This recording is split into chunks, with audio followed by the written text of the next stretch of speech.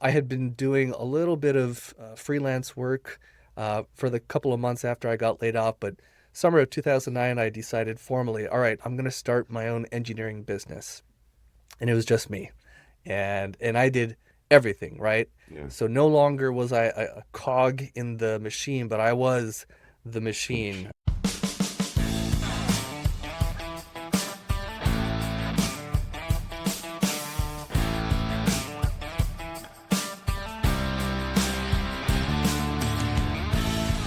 Hello and welcome to the Being an Engineer podcast. Today is a special day that I have been looking forward to for a while. We are flipping the script, and I've got Mike Romance here with me, who was a guest on our show about a month ago. We had a wonderful conversation, and he asked if he could interview me next on the podcast. So here we are, roughly a month later. And I'm mostly excited, a little nervous because I have no idea what he's going to ask me. But as he reminded me before we hit record, I have full editing control. So I think we'll be okay. But I'm mostly just really excited to let Mike do the work and sit back and just talk about myself for 45 minutes to an hour. What could go wrong with that? That's awesome. Thanks for the introduction again. But question for you is how many of these have you done? Oh boy, I don't think we're quite at 350. We're probably 340, somewhere around there. Over how many years? Over it We started in, I think it was March of 2020. So we are about 6 years, 6 full years in at this point. And no one ever bothered to ask if they could interview you. I think someone did early on, but it was really early. Yeah. Maybe episode like 5 or 8 or something. So it's been a long Yeah. time since that's happened. Well, I feel really grateful and fortuitous that I'm here being able to do this for you. It was super fun last time. So let's get started. So why don't Let's we do it. start with, I don't know, maybe give like a brief intro, kind of introduction to who Aaron is, and then we'll go into some other stuff and learn more about you as well. Great. Um, there's a lot I could say, but you know what? In my heart, I'm just a kid from Hawaii who loves to surf, and that's who I am. I'm an island boy at heart. I love just kind of being laid back and not getting too caught up in life, which isn't to say that I don't at times, but I'm just an island boy. I'm I like to say that I'm chocolate on the inside, even though I'm clearly very, very pale white on the outside. Growing up, I was the only white kid, and all my friends were Japanese or Mhm. Hawaiian or Filipino or whatever, and so yeah, I'm chocolate on the inside. That's great. I still think of Hawaii as my home. But these days, I run a company called Pipeline Design and Engineering, where we build automated equipment and fixtures, and we do some product development, product design work as well. Bunch of other stuff, but that's a quick intro to who I am. Will you say Hawaii one more time for those of us who are not chocolate on the inside? Hawaii. Hawaii. Hawaii. You say it very well. I can tell you're authentic.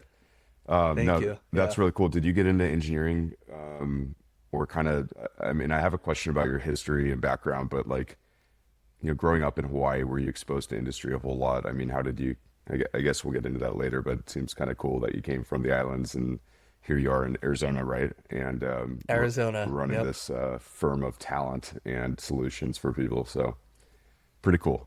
So I don't want to Thank jump you. ahead of myself. We'll start with the questions and then we'll come back to a little bit more of that. Okay. All right. So yeah, thanks for the introduction. As you did this to me last time, I'm going to give you some rapid fire questions. So like you preface, please no, don't give it too much thought. Don't spend too much time. Just rapid fire questions. You ready? Okay. Ready. All right. So I'm going to throw this one back at you. But what breakthrough do you think has had the biggest impact on modern life, engineering or other, for that matter? Engineering or other. Let's see. The one that comes to me is running water. Just the fact that we have like modern plumbing, indoor plumbing, like how many health benefits has that led to, and just cleanliness Yeah. and getting rid of disease and things like that. I think that's a pretty huge one. Fair enough. Yeah, when I watch how they did irrigation in Egypt and all that stuff and how they managed to farm and cultivate, it just Yeah, blows my mind, yeah, let alone keep yourself yeah. clean. So, Right. all right. That's a good one.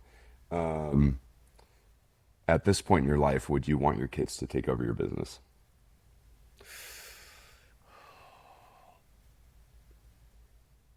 I'm gonna not think about it too much and say yes. I think that would be really cool to have a family business that I hand down to my kids. At the same time, I certainly don't want them to feel like that's what they should Mhm. or have to do in any way, shape, or form. They should do what feels good for them. But if that were to work out, that would be really cool. That's good. Yeah, I grew up in a family business, so I guess I'm used to thinking about, oh, it's, your parents' company, and naturally, are you going to, slot into that? So I guess I shouldn't assume so anymore. Everyone needs to go chase their own dreams, right? Yeah, I wouldn't assume so either. And if it worked out, I think that would be really cool and meaningful. But at the same time, it would have to be merit based, right? Yeah. I would not give my kids anything. They would have to earn it. And remind me ages and sex of the kids. We've got three kids. We've got an 18-year-old, a 15-year-old, both boys, and then an 11-year-old girl. Oh, how cool. Yeah, I thought it was two. So thanks for reminding me on that. So the next one, which is somewhat relevant, would you rather be at home with the family or at work with the team? Dang, these are hard questions, Mike. Man, Sorry, I'm gonna have to answer both. I know that's cheating, it's but not the way not at I do all. it right now, the way I do it right now is I work about 2 days a week from home, typically Tuesday and Thursday, and then Monday, Wednesday, Friday, I'm here in the office, and I honestly love both. I love Hmm. being in a quiet room by myself. That's when I get my best work done. But I also love being here with the team at Pipeline. Yeah, Like the people here are just, they're so lovely to work with, and I would miss them a lot if I didn't spend time here. it's the right answer. I mean, family, of course, Good. right? Family is everything. Well, not like I'm one to judge right or wrong, but I think it's being in similar shoes as you. I think there's, you're raising your family at work as well. They're, I shouldn't say you alone are raising, you're raising each other, right? But we Yeah, talked about that right. last time with just leadership in general.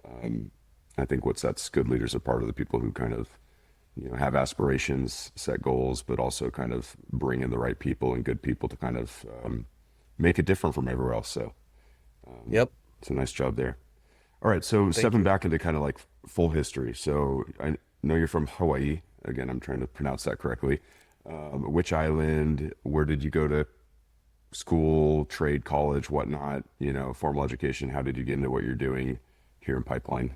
Um, Yeah, so I was born and raised in Oahu, on the east side of Oahu, a town called Kaneohe, and grew up my whole life there. You know, my childhood was outdoors, running around in the parks and the jungles and the beaches of the island. so nice. Um, yeah, it was a magical upbringing. I wouldn't trade it for anything. Um, I was not really exposed to engineering at all growing up.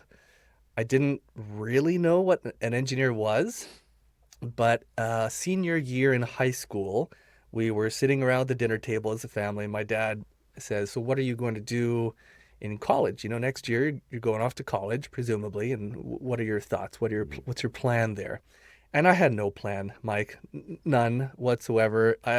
The only plan I had was what time to wake up that Saturday to get to the beach and go surfing. Like that Okay, was so my life. you were your full island boy at that time, like not Yeah, thinking too much yeah. outside of Like that. Okay. I was hanging out with my friends and going surfing, and that was about it. I had a girlfriend at the time that she was a part of that as well, but that was about it. I was not thinking much at all towards the future. Well, Um, so he asked me that, and I said, I don't know. I haven't really thought about it. I don't know what I want to do. I didn't even have ideas really.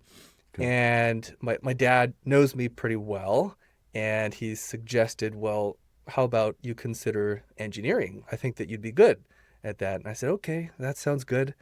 And honestly, that's about all the thought I gave to it. Really? I didn't even, again, like going into college, it's so embarrassing saying this now because it sounds so uh, naive, I guess, and childish. But And I went into engineering not really knowing what it was, other than the fact that my dad thought it was a good fit for me and it had something to do with building things and manufacturing. That was mhm. about all I knew. What was So his that's how I real got quick? into What it. was his trade? Or, I mean, obviously he because I there's some synergies, parallels to my life. But like, was he into cars? Was he building stuff, woodworking, something that kind of resonated with tangible? You know, how did engineering become his first thing? Was it just a good career, or was he aspiring to do that at one point in his life? At one point in his life, yeah, so he was an economist. His whole Hmm. life, he worked at the University of Hawaii as economics professor. And but before he decided on that career, he considered engineering as well. It was either engineering or economics, and he decided to go into economics. And then he always enjoyed building things. I use the past tense, but he's still with us, Sure. thankfully. He Okay. enjoyed and enjoys building things. And so I remember when I was probably, I don't know, 10 or 12, my brother and we wanted to have, I think we're getting new beds. And instead of just going and buying a bed, Hmm. my dad found these plans, not online because there was no online back Yeah. there, but somewhere he found these plans for this really cool, like double decker bed where the top was the bed and there was a ladder going up to it, so you climb up there, and then on the bottom there was a desk that was like directly underneath the bed, so you climb down the ladder and you've got a desk there where you can work. And I remember going to City Mill in Kaneohe. That was our Ace Hardware or Home Depot. There wasn't a Home Depot or Ace Hardware back then, at least not where I was. So City Mill was the place we went to buy lumber and wood and things. And so we went there and bought all this wood and came back and got out the saw and the screwdrivers and the drill and started building these beds. And we built two, one for my brother and one for me. And so there were things like that, projects throughout growing up where he just build something and I thought that was cool. Yeah. Yeah, and yeah, that's really cool. Great memories. It's, like I said, my dad was here this weekend, so kind of bringing me Nice. back. It's been a long time, Yeah. in my 40s, and you think about growing up, and some of that stuff reminds you of how you got to where you are. All Yep. right, so you went to college at University of Pacific, is that correct? No, I went to college at BYU in Utah, Okay. Brigham Young University. So that I was there from let's see, I graduated in 2004 at Okay. BYU. And then I came down to Arizona and I did a master's degree at Arizona State, Okay. ASU, Yeah. in bioengineering. Okay, so that's how you kind of got introduced to, well, I don't want to answer the questions for you, but like, so you go to be, Brigham Young, and then you go into Arizona, then you go to Arizona for bioengineering, and then did you get into a corporation? How did you find out about manufacturing, automation, right? Because you get taught mechatronics and mechanical and fluids and all this stuff throughout your education, but then you kind of slotted and found this niche in what I think is kind of cutting edge, right? Robotics and manufacturing in my area, at least. I think that's fantastic. So how did you kind of navigate into that world? It was a bit of a journey. When I started school at BYU, I was actually enrolled in the manufacturing engineering college, Okay. and then they ended up eliminating that degree from their program, and the default alternative was mechanical engineering. And so I switched over to mechanical Hmm. and graduated with that degree. And then I went to ASU and did bioengineering. A friend of mine at BYU planned on going into medical devices, and that was the first that I'd really heard anything Okay. about medical devices. And I thought, oh, that sounds really neat. The body is interesting. Hmm. I think I'd enjoy that. So I did that degree and graduated, and then started working for a local company here in Phoenix doing medical device design. And I did that for about 3.5 years. I really liked it, especially in the beginning. I was doing all the things I loved doing. I was Hmm. doing CAD design. I got to work on, there was, a manual mill and lathe that I got to do a little bit of prototyping with. There was a 3D printing um, department at the engineering company where I worked, and so we did lots of 3D printing and building prototypes and testing them, and it was just it was a blast. It was everything I hoped engineering would be. I got to do. And and then the recession hit, right? Yeah. 2008, 2009, and things kind of slowed down at this company. And the fun work, the prototyping, the CAD design, the Yeah. testing, the all that stuff, that kind of there wasn't a lot to do. There was paperwork. Yeah. Was for whatever reason that was the work we had to do was filling out engineering change orders and updating design history files and things like that. And that wasn't fun for me. Sure. Now, looking back, for sure, there was a lot of immaturity because I kind of checked out. I was like, I don't like doing this. This is not fun. And so I remember walking around with earbuds in my ears, kind of isolating myself from the rest of the company because I was just not very engaged. I did the minimum. I put my 40 hours in and then I was out of there.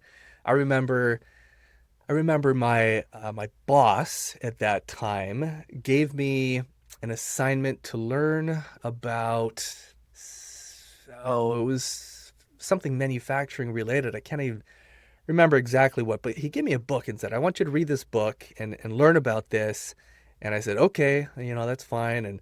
And I kind of hummed and hawed about it and said, I mean, are you going to give me time at work to read this? Or like, do you want me to read this on my own? And he's like, well, Yeah. I kind of expect that you'll read it on your own, during your own time. And I was like, I put up Yeah. a little bit of a stink about that. And again, immaturity for sure. And he recognized that I wasn't really engaged, and the company didn't have a ton of work Hmm. anyway. So it got to the point where they needed to let a few people go, and I was a pretty obvious choice. Okay. So I got canned there, and I remember going home and telling my wife at the time, who was pregnant, and we had Mhm. just bought our first house, Wow. that I had just lost our only source of income, leaning up against the side of our bedroom door, talking to her about this, and just feeling like trash, Yeah. right? Like I just lost our only source of income, and I don't know Professional what's next. job, just out of Yeah, school, married kids. yeah, Holy exactly. moly. Yep. God. So it was super stressful, and I remember feeling physically ill for several Yeah. days after that. And I thought, I don't really like engineering anymore. I think I want to do something completely different. So at the time, I had started a photography company with a buddy of mine on the side, right? It was our side hustle. And we've Mhm. been doing it for a few years, making a little bit of money, having fun. And I had also started a little web design company on the side, another side hustle. And so I had a little bit of income coming in from those two things, right? Maybe a couple $1,000s a month, not enough to live on, but it was Yep. something. And I thought, maybe I'll just keep doing these things. And then I started exploring commercial real estate. I thought, that seems interesting. Maybe I could do Wow. that. And my father-in-law pulls me aside during this time, right? And I'm sure he's thinking, hey, I've got a daughter and a grandson now invested in this guy. Yep. And so he pulls me aside and says, so what's the plan here, right? What are you going to do to, he didn't phrase it like this, but I think what he was saying is, how are you going to take care of my daughter and Yeah. grandchild?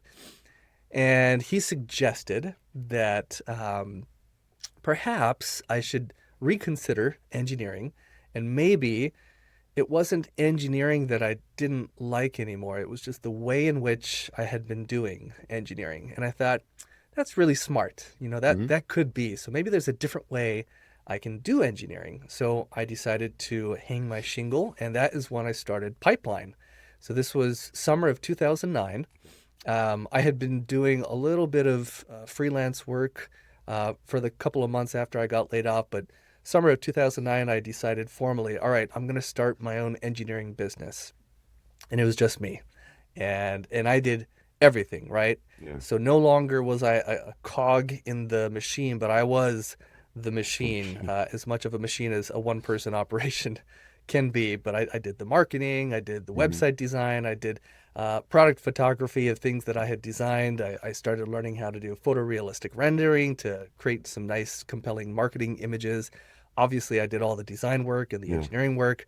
I did accounting, it was like everything. I was in charge Learned of how all to of it. run a business, how to Learned how start to, a right, business, yes. Began learning how to, definitely, I'm still learning how to I run a don't think that business, ever but I stops, but started that journey. yeah, I, it's like, I hope not. yeah. Yeah.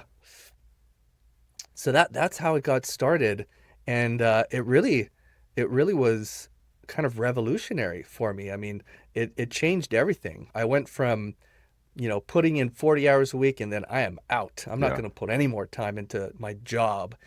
And then when it was me, I was in charge of everything and I had started Pipeline. I was putting in 60, 70-hour weeks pretty regularly in the beginning and I loved I it. was gonna It say was, it no was no great. sweat, I probably loved wanted to it. work harder Yeah. and longer, and Yeah. your passion was still there.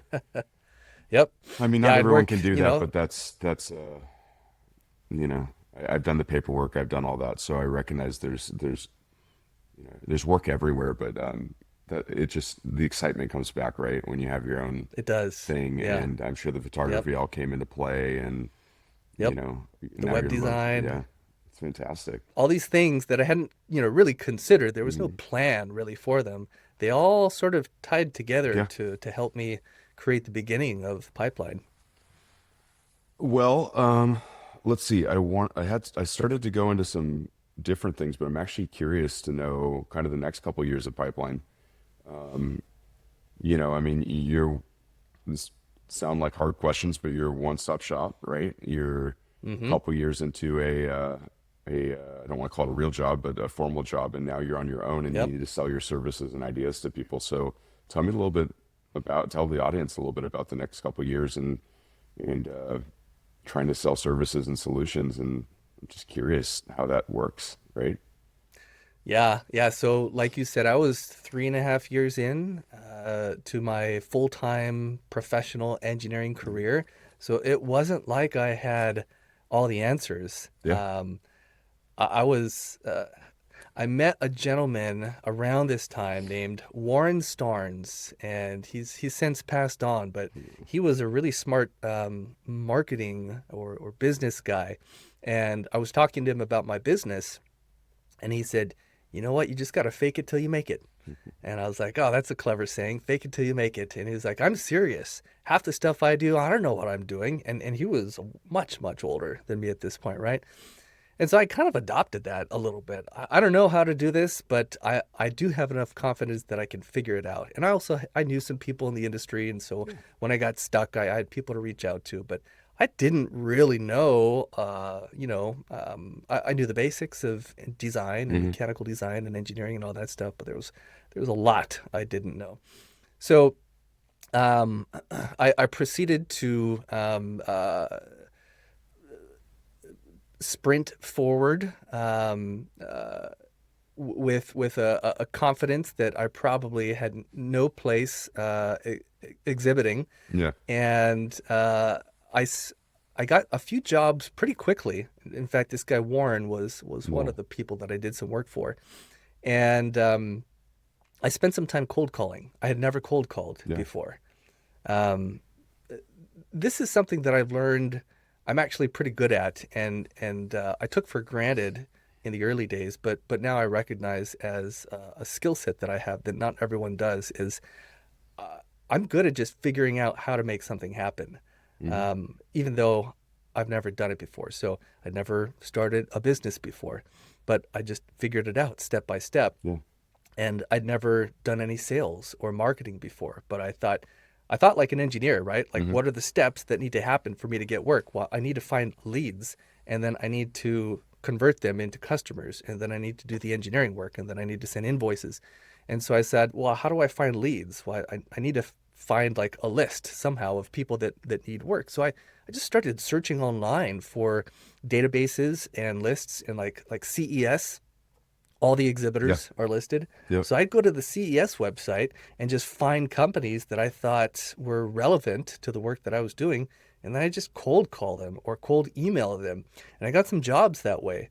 In fact, I got a bunch of jobs that way, Wow. not just the CES site. There were some others that I found Hmm. as well, but online directories that were relevant companies. And I got a bunch of work and just started. In fact, I remember spending about 2 weeks doing cold calling and cold emails, and that was kind of it. I've somehow lucked into enough work that I didn't really have to look for work for a long time after Well, that. you get a couple Yeah. So key contacts, key accounts, and exactly. Yep. repeat Yeah. business. Yep. I think a lot of people can do, one of the things that I think makes one of the best types of engineers is being resourceful. And it sounds like you were just that, right? You had a problem statement, you had the skills, the know-how to learn everything you need to do, whether it be learn on the job or not, but you kind of put yourself out there and figured it out. And I think that resonates with, I'm sure half the audience here, because they could do a lot. You don't always need to be the subject matter expert. You know how to find the information, get the information, but it sounds like you capitalized it, especially after that recession, which I remember quite well, and things started to feel like they were going back to normal. And next, you have stable accounts, right? At least for a while. So Yeah. Yeah. when did you start adding team members? I mean, that's kind of natural next step, I guess, right? It was a few years. I remember in that first year or two going out to lunch with a friend of mine, and he said, "Why haven't you hired anyone? Don't you want to Mhm. have a team? Don't you want to have employees?" And I said, "No way, man. I'm not I don't want to interested manage at people. all." Yeah. Yes, exactly. Like I don't want to be liable for anyone else. Like Yeah. I'm very happy doing this on my own, and that's what I'm going to keep doing. But things got busier, I guess luckily they didn't get slower, and eventually I needed help. I couldn't do it all by myself. So I started hiring contractors. Again, I just went online and found directories of contract engineers or Ethos. freelance designers. I don't This remember is what the before sites were. They're Upwork. I probably don't even know. Was defunct. it Craigslist? Before Upwork, yeah. Craigslist is one that I Okay. used. Yes, yeah, but there were a few, and I found some people. Most of them were remote. There's a guy in Chicago that I used for years. He was great. This guy Jay. And then there was this guy Michael that I found. I can't remember. He may have been in Chicago also, and he ended up eventually becoming a full-time employee. But anyway, I found a bunch of people, locally or otherwise, that could do contract work, and I just used Dropbox to share files. And I had a couple of extra SolidWorks licenses that I would give access to these different contractors if they didn't have their own. And after a while, I had, two, three, four contractors that I'd use on a fairly regular basis.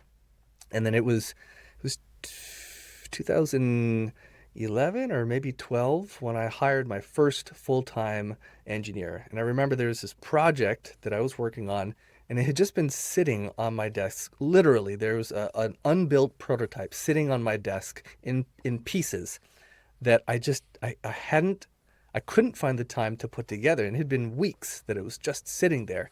And I thought, all right, I need someone that's just full-time dedicated Yeah. to pipeline. And so I found Brandon Graham. A shout out to Brandon Graham if you're still listening to this. I know he was for a long time. So if you're out there, Brandon, this one's for you. Oh, that's cool. And he generously decided to join my band of one that became a band of two at that point. And we worked. He was local to me here in Arizona, but we worked remotely. We didn't have an office. Hmm. I worked out of my home, and he worked out of his home, and that's where the team started, I guess. And then pretty soon after that, there was Michael we hired, and then there was John, and there was Michael, and there was Rhett. A few of those are still with us to this day, but that's where it started. Yeah. Well, that's good. I'm glad you're doing your shout outs. Anyone else along the way? Because we're going to jump into some more specific topics, I guess. Well, for sure, Nikki. I'll give a shout out to Nikki. Any of you who've worked with us, hear from Nikki because she does a thousand things behind the scenes, and she's the one who sends invoices, and she does payroll, and she Awesome. does basically our IT department. She does so many things out there, and I used to say half jokingly that if she ever left the company, I'd just shut it all down because I couldn't do it without her. So, shout out to Nikki, my sister-in-law, Oh, actually. nice. That's fantastic. Awesome. Yeah. Um, all right. So what inspired you to start the podcast and then do the trade shows? I mean, you start this business. I could ask you about growing the business up until today. I could ask you all day and kind of we can go down a tangent, but I had some other questions. I mean, really, like the reason we're here is you have this podcast. For those of you who don't know, also you kind of set up that trade show for last year that I think it was your first one or maybe your second one. But what you're branching out from just services, which we'll get back to in a moment. But what you're growing what you offer from just this pipeline services company. So yeah, how'd that happen? Yeah. I think that engineers are the unsung heroes of Mhm. our world. I mean, Well, you look around at all the things that are out there that make our modern day society what it is, and nearly all of them involved an engineer in some critical, yeah, fundamental way, right? Whether it's our phone, our car, NASA, electricity, this, all of this stuff, everything. right? Everything. Yeah, everything out there. And I, I thought to myself, I'm also impatient. This is something my mom told me all the time growing up. You're too impatient. You need to learn to be patient. Well, I think my impatience has actually been a benefit in many ways. I always want to do things faster, and I thought to myself, if we could accelerate the speed of engineering by just a few percent, what would that mean to The the human world. race, the world? Right? Yeah. Like, how greatly would that impact all of our lives? Even a few percent. I think the answer is significantly. And so when I went to school, I went through the same engineering program that everyone goes through, and it was fine. But I realized that I really didn't learn, or I didn't use a lot of what I Yes. learned in school on the job. Yep. And there were just, maybe 10% of what I learned in school is what I actually use on the job. And I thought, there's If so that, much, I have to if say that. if that, because I went through the manufacturing engineering program that got shut down and then went into mechanical as well. And I recognized actually mine was in reverse. I started in mechanical, then finished in the manufacturing program. But the manufacturing program was so much more hands-on and actual Mm-hmm. real world. Yeah. The mechanical stuff was just fundamentals, which is totally needed, right? But keep going. I Yeah. don't want to Yep. stop you, but Yep. if that, yeah, most of the time the computers do everything for you. Engineering becomes more Yeah. project management Right. or risk I, assessment I and haven't used presentation. calculus once outside of college. Never. Um, so I thought there's so much information out there, and how often are we all reinventing the wheel Hmm. because we just don't have access to that tribal knowledge that's stored at behind the walls of some company. And I thought I would really love to take all this information, create a repository of practical, useful engineering information, and just put it out there so anyone who wants to use it can, whether they're a degreed engineer or someone tinkering in their garage. And so I started without any kind of holistic plan, but I started adding these new brands or channels to our company. And it started with the podcast. So this was beginning of COVID, and I was part of a business coaching group. And our team coach posed the question to us. He said, "What if COVID decimates your business and you have to close your doors? What will you do next?" And I thought that's a really interesting question to think about. Hopefully it doesn't happen, but academically, it tickled my brain, and so I thought, oh, yeah, I'm going to think about this. What would I do? And I thought I don't mind a little public speaking. I kind of like writing. I think I'm a very capable communicator. Maybe I'll write a book. Maybe I'll be an author. That could be fun. And I thought, it's pretty far away from what I'm doing right now. What else could I do? And then I had this idea of a podcast. Podcasts were just kind of on the rise at that time in popularity. They were popular, but not as popular as they are now. And I thought, I could start a podcast. That could be fun. I could be the host of a podcast about engineering. And then I quickly realized, well, I don't have to wait until pipeline shuts down to do that. I can just Yeah. do it. So I did. I never started a podcast before. I didn't know anything about it, but our band of merry men and women came together and figured out the basics, and we launched the podcast in March of 2020. So we're on season 7 now, and a few years later, um, I had this idea for I call them design accelerators, and they were Hmm. kind of like Lego sets for CAD design, where you have these pre-built kind of partial CAD designs, CAD assemblies, kind of like grab CAD, but actually useful. Like you could use them to actually manufacture parts. They weren't designed by a student. Um, and that grew into what is now the Wave, our online community for engineers, the wave.engineer. You can Hmm. go there, and there are a bunch of these design accelerators, as I call them, that you can download mostly for free. So the Wave came to be And then most recently, the PDX, the Product Yeah. Development Expo that you mentioned. And last year technically was our second year, but the first year was kind of a pilot and it was a very different format. So last year was kind of our flagship year, our first real year. And that was another one, just like starting a business. I had no idea how to put together a trade show. And we actually just finished what I think is really cool little documentary about how we put PDX together. Nice. It was a neat story. And that'll be going live in the next month or so. So keep an eye on my LinkedIn channel, YouTube. You'll see it out there. But Nikki, who I mentioned, we call her our integrator because she integrates all the things behind the scenes Internal that make integrator. pipeline work. Yeah. That's right, internal integrator at the integrator shop. Yeah. I told her about this, and she's like, "You're nuts! Like, we can't do this. We don't know how to put on a major industry trade show. We should not do this. This is a bad idea, Aaron." These were the things that she was telling me. I was like, yeah, but I think we can do it. Let's just try. Poor Nikki. And so she went out and cleverly started talking to some event planners who presumably knew what they were talking about, right? Sure.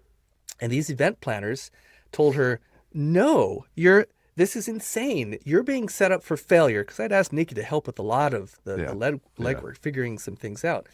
And these event planners were just like, "No, your boss is setting you up for failure. This is a terrible idea. You're not going to be successful. Who are you kidding?"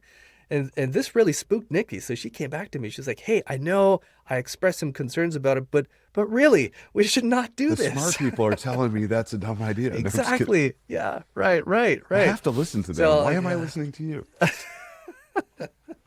So I said, yeah, concerns noted, and hey, I'll help. It's not like you're gonna have to do everything, and we'll just let's do the best we can, and we'll see how it turns out. So, thankfully, she agreed to help, and she was just instrumental in the whole thing. And we ended up bringing some other team members on later, but it was the Nikki and Aaron show back in the beginning of 2025 as we began planning PDX, and it all worked out. 10 months later, we had the event. It was at a convention center here in Phoenix, and we had hundreds of people show up, and it was just stellar. It was freaking awesome. I loved it. I was so pleased with how it turned out. We had lots of positive feedback, and we are in the middle of planning PDX 2026 right now, so I'm looking forward to that one even more. But so those are how I started building some additional channels and brands here at Pipeline. So now Pipeline engineering services is still our core business. Automation, custom fixtures, product design, that's the core business. But tangential to that, we've got the Wave.engineer, our online community for engineers. We've got obviously this podcast. I haven't checked out the Wave yet, so that'll be next on my list. It's cool. I think it's pretty cool. I'm pleased with how that is going as well.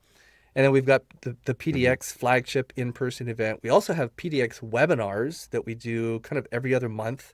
Our ethos for PDX is teach, don't pitch. So all of the exhibitors that come to exhibit, unlike a typical trade show where they're just handing out brochures or flyers, they're actually teaching something practical and relevant to engineers. And so in our PDX webinars, it's the same format. We invite vendors to present, and we just ask them to, hey, make sure you're not doing a veiled sales pitch. Yeah, you're actually providing some practical, meaningful education. And I think we've done maybe 8 of those. It's kind of every other month-ish that we're doing that. We're also leading local hardware meetups here in Phoenix. And then we have CAD Club, which is a volunteer program that we started 3 or 4 years ago. And once a week on Wednesdays, we open our doors here at Pipeline, and middle school and high school students come to our office, and we teach them how to use CAD, and we teach them some engineering principles and some life skills. Every week we have what we call the CAD Club Tenet, and these are things like early is on time, or be honest, or the difference between good and great is attention to detail. Persistence beats brilliance.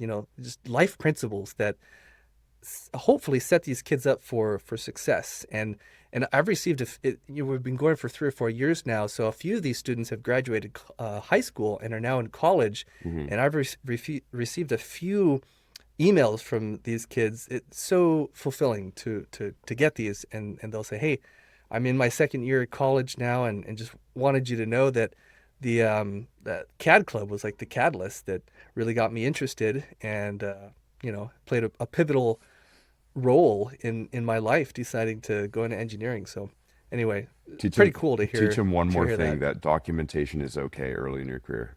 The Don't difference shy away from between documentation. No, I'm just kidding. garage engineering and true engineering is documentation. Um, I'm just sitting here and I'm like, man, this guy, that in our time knowing each other hasn't been that long. Most of it through, a client, customer, that type of thing. But Yeah, I'm sitting here listening to your story, and you spent a couple years in industry, in corporate, and it didn't satisfy your need to do something else, to do something more challenging, maybe, something of your own. So you build this something of your own. You start cold calling, building up this client base. A lot of ways just kind of scrappy, right? Trying to go after it. And instead that of is the just right word. growing that as big as you can, you're pivoting right into everything you've mentioned has been helping people and giving back.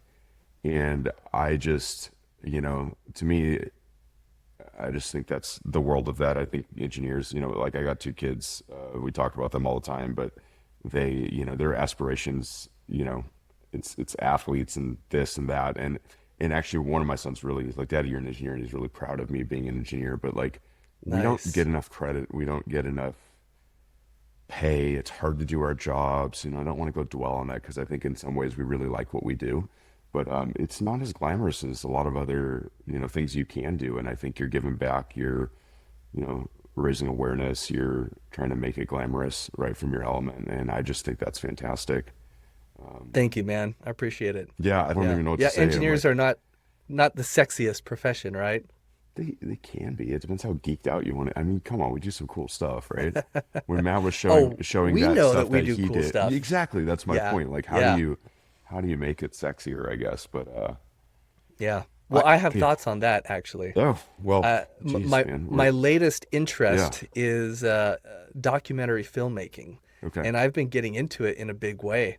And Cool. Good for you. I'm very excited about telling engineering stories in more of a like cinematic style, Okay. not just a simple cell phone video, but with dramatic lighting and a high production value. So that's my next foray, So yeah, right take now. this and do it because you already have the platform for it, and it's probably right down the alley. But when I was young, kind of trying to figure out what I wanted to do, I remember applying to college and not really knowing. Like, you get some descriptions of what each of the roles are, but you really don't know. And then you get into your first couple years in out of college into your first job, and like you had no idea what to expect out of that role, like that one you had, right? I always Yeah. thought, and this is back in the DVD days, that it'd be a great business. And again, it revolved around, I guess, business and money, but it wasn't about the money. It was like, can you show like, years 1 through 3 of every profession? And I mean, it's now you can do almost Mm, anything, but can you show the in the life of, a new grad and allow people, and that would be, I mean, you're not going to monetize that at all. You just make it available on YouTube or something like that. But here's yeah. what a quality engineer, I'm just using engineering, but you can imagine an accountant, you could do this industry and you could have them fall around it and take the second guessing away, and also show kind of what real life is. I mean, there's some element of you're peeling the covers off and exposing maybe what isn't so glamorous, but that's work. That's a job. But Absolutely. yeah, go Yeah. for it, man. Show what a design engineer does. It's not all just CAD and doing, cool designs. A lot of times it is documenting or maybe getting Yeah. shot down because you're presenting to a team and you miss something, right? I mean, Yep. there's a real world to that. So anyways, that'll be fun to watch you go after that. You're not gonna have enough time for Yeah. pipeline after all these extracurriculars, man. Yeah, I know the hours are filling up for sure. But ultimately, I don't know that I'll get there, but my dream, my vision for Sure. doing this is to do like a reality TV series about what it's actually like doing engineering projects. I've watched, it's been a while, but there used to be this show, I don't remember what it was called. It was these guys who would design very high-end aquariums. I think they were Oh, in that's really in cool. Vegas or something. Yeah, cool design Sure. projects, right? They're always different. They're custom, They're big, There's controls high elements of end it. controls Talk about elements, right? teaching engineering, because I got a buddy who built one in his garage and he's an engineer. I Oh forget which yeah, industry, aerospace, but yeah, he's got full, inputs, outputs, timers, level yeah, sensors, filters. I mean, it's like process engineering, but you're building a fish tank. I yeah, mean, come on, totally. that's pretty awesome. And it was Brewing fascinating brewing beer was my introduction to some chemistry and purification process. and process element Yeah, of it. So yeah, I think right. that's fantastic. Thinking Yeah, outside the box, right? yeah. Well, I've already deviated from half of my agenda here, so I think in the interest in somewhat keeping this light, let me see. So, Aaron, what is the best memory you have of your business of Pipeline? I don't know if this was the best memory, but it was certainly a good one. We had an opportunity several years ago to do a pretty big project, but I knew that we did not have enough hours in the week to complete it on the timeline that our customer said they needed it.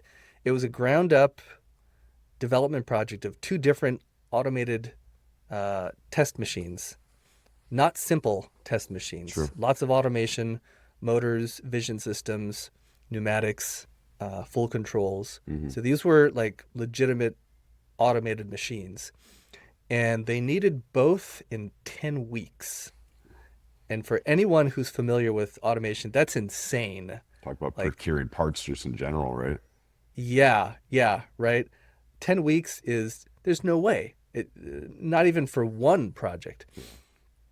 And I knew that the only way we had any chance of getting this done was if the team was willing to put in extra time. It was going to be nights, it was going to be weekends. And so I posed it to the team.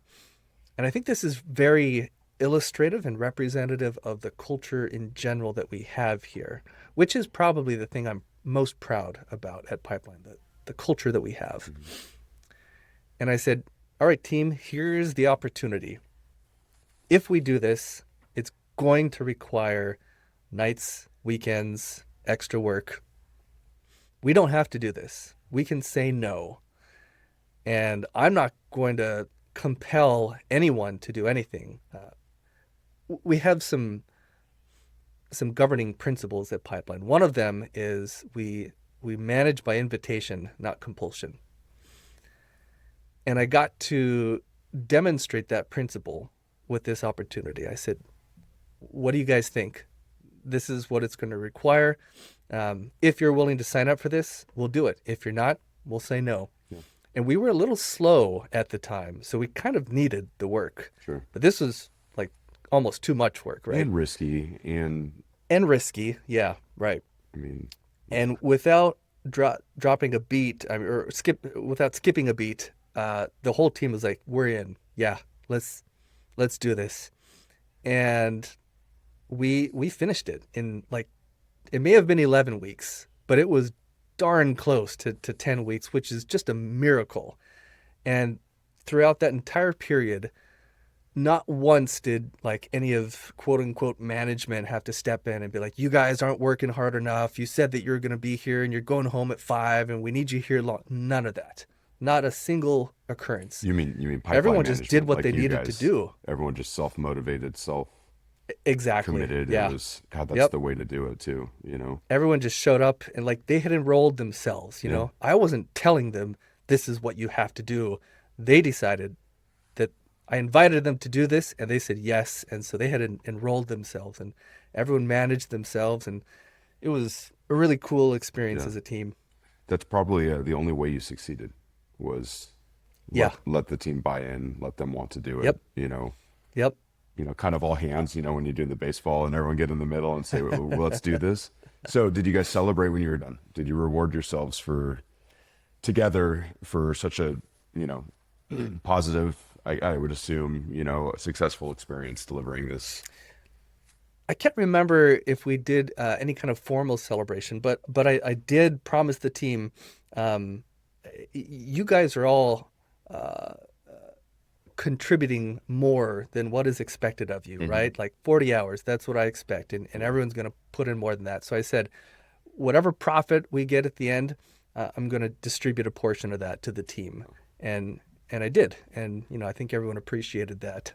That's cool. Yeah, naturally coming to an end. What is the hardest part about running your engineering services company? Like, what do you want customers, I guess, people to know about the hardest part about doing what you do? Because I'll tell you, I didn't really know. You think you could just go order, and I don't want to say push around vendors. You definitely don't think that, but you go into business with somebody and you're under the gun as the customer, and you have to deliver, and you kind of assume, they're just going to build it for us, it's going to work. But there's just so much to executing, delivering. But what's the hardest part about running a services company specifically? I think for our business, there are two things. One is just finding the customers. We were very lucky for a long time, and I think lucky is the right word. We also worked very hard, so there was that aspect. But we had a couple very large customers for the first 10 years of our business, Yeah. and we really didn't have to do any formal sales or marketing. The work was just there, and or we grew organically around these couple of large customers. And then they went away for various reasons. And we found ourselves it was funny. It kind of felt like we were a startup at that point, because we realized, well, man, we really don't have like a great way of finding new customers. We never had to do it, so we never built any processes or tools around that. And so for the past probably 5 or 6 years, we've been hard at work building tools and processes for sales, for marketing. And I think we've done a fantastic job of that. And I think we're probably ahead of the curve at this point versus other similar engineering services companies. We have a pretty good sales and marketing engine at this point, but it's still hard. It's a grind going out there and finding new customers. So that's one thing. The other thing that none of us like is quoting. Yeah. And quoting is hard. I mean, Yeah. you and I have talked about this. Like you get it. Most of our customers kind of get it, but what's so frustrating about quoting is we're quoting, big systems, hundreds of thousands of dollars. And it takes time to put these quotes together. It's not like we spend an hour with a customer and we're like, okay, I understand what it is. Here's your quote, Mr. Customer, right? No, that I wish. It takes, tens of hours to put these, to really do a good job and put a thorough quote together. And often we're not perfect at this, but we're getting better at it. We'll ask in the beginning of that process, effectively we're asking, what's your budget? Sure. But maybe not in those exact terms. What's the commercial value to you, Mr. or Mrs. Customer, of having this solution? And if we can get that information from them early on, I get it, right? A lot of customers, they hear that and they're like, well, if I tell you that, then you're just going to quote that amount, regardless of what it costs you. I get it. But genuinely, that's not why we're asking. We're asking because if you as the customer come back and say, well, we have $30,000 to spend on this, or this solution is commercially worth about 30 grand a year to us. If we know it's going to cost 200 grand or hundreds of thousands of dollars to build this machine, then we can very quickly say, thank you so much for sharing that. I don't think this is the right fit for us. And we save everyone a lot of time. But so often that's just not the case. And as much as we fight against it and try to make it happen that way, oftentimes it doesn't. And so we put in all this time quoting things and we give them the quote and they're like, oh, no, that's way too much. Sorry, no. And we're like, well, we asked you this early on and you said, well, I'm not sure what the budget is, but now we give you a quote and you know that this has apparently exceeded your budget. So why couldn't you have given me some kind of range in the beginning and we'd know, much, much sooner and save everyone a bunch of time. So that's pretty frustrating. I think we're getting better at it, at having those conversations early on and convincing people we're not just asking so that we can maximize our quote. We're trying to save you and us time. That's why we're asking. I'd say those are the two most challenging things: finding new customers and then just the quoting process. Yeah, I feel you on that one. It's painful on my side too, right? You're not giving away I'm sure. the sauce. You have your, your good, great best type of situations. And there's so many levers to pull too. So how do you even, say, cost or quality or, reputation of the components you use, the UI, all that stuff. So like, it's really hard. I think there is quite a negotiation that, and partnership that goes into that. And then, most customers are, going to have to get multiple bids, and how do you keep those equal on the same playing field? So I think it goes back to relationship and trust, and, you protect each other, right? Both sides need to protect themselves, but I think you can also protect each other. And I think that's where requirements come into place. Yeah, I could keep going. A couple other questions. Is there, maybe you answered it actually in that last conversation, but what is like one thing or maybe two that you wish customers would know kind of about your side of the business that maybe they don't? And that's kind of related, but is there anything else specific? Yeah, for sure. That quoting part. Yeah, I think that's probably Sure. key, What right? else to say about that? Okay. Yeah, that's probably the big one right there. Yeah, I would say that makes a lot of sense. Knowing your requirements, right? Kind of having some stuff down to tell you if there's specific component vendors you'd like to use, right? I think answering all those unknown questions probably helps a lot, huh? Here's a more concrete way for me to communicate that quoting piece. For the customer side, knowing specifically not just your technical requirements, but understanding how you'll decide whether it's worth doing a project and sharing that information with us. That's super helpful. Yeah, it's kind of reverse engineering, kind of what we use to come up with our budget sometimes too. So I will have to say, and again, it goes back to, whether it be NDA or not, fairness in bids. But I think the more you can, kind of unlock those hidden assumptions or factors with all parties, but to allow the vendor, I've been in too many situations where, the vendor gets screwed because, you lock them into, some design that's going to cost more development and it's not clear. So you want to do both on both sides. So do you like do you guys prefer smaller projects or larger projects? And then similarly, like repeat designs, or do you like totally bespoke, like kind of new things? That's a tricky one. Well, first answer is good projects for us are generally in the hundreds of thousands of dollars. Okay. That's a good sized project for us. And then the second question, the bespoke, totally custom, brand new invention projects are super fun. From an engineering standpoint, we love doing those projects. Cool. From a commercial standpoint, it's a terrible business model because it's really hard to make money on that first machine. But if the customer orders a second machine, we tend to do fairly well on those. Okay. What industry is your favorite to work with, or the easiest per se? We like medical. Okay. Yeah. I mean, it's a regulated industry, so that they have a lot of needs that align well with automation and custom manufacturing equipment, fixtures, things like that. So there's a good natural fit there. And then medical devices tend to do fairly well financially, so they all usually have the capital, the money to pay for these things as well. All right, last question. Where do we get the swag, man?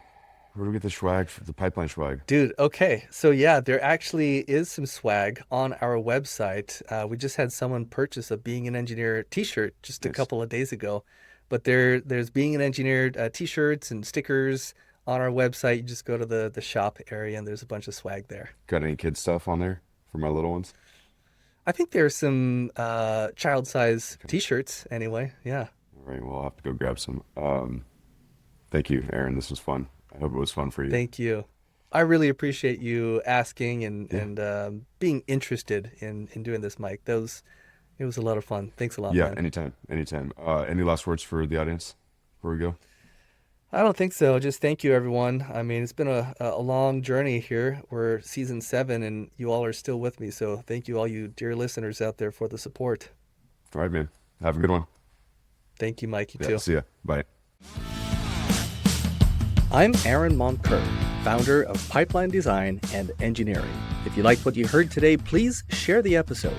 To learn how your team can leverage our team's expertise developing advanced manufacturing processes, automated machines, and custom fixtures, complemented with product design and R&D services, visit us at teampipeline.us. To join a vibrant community of engineers online, visit thewave.engineer. Thank you for listening.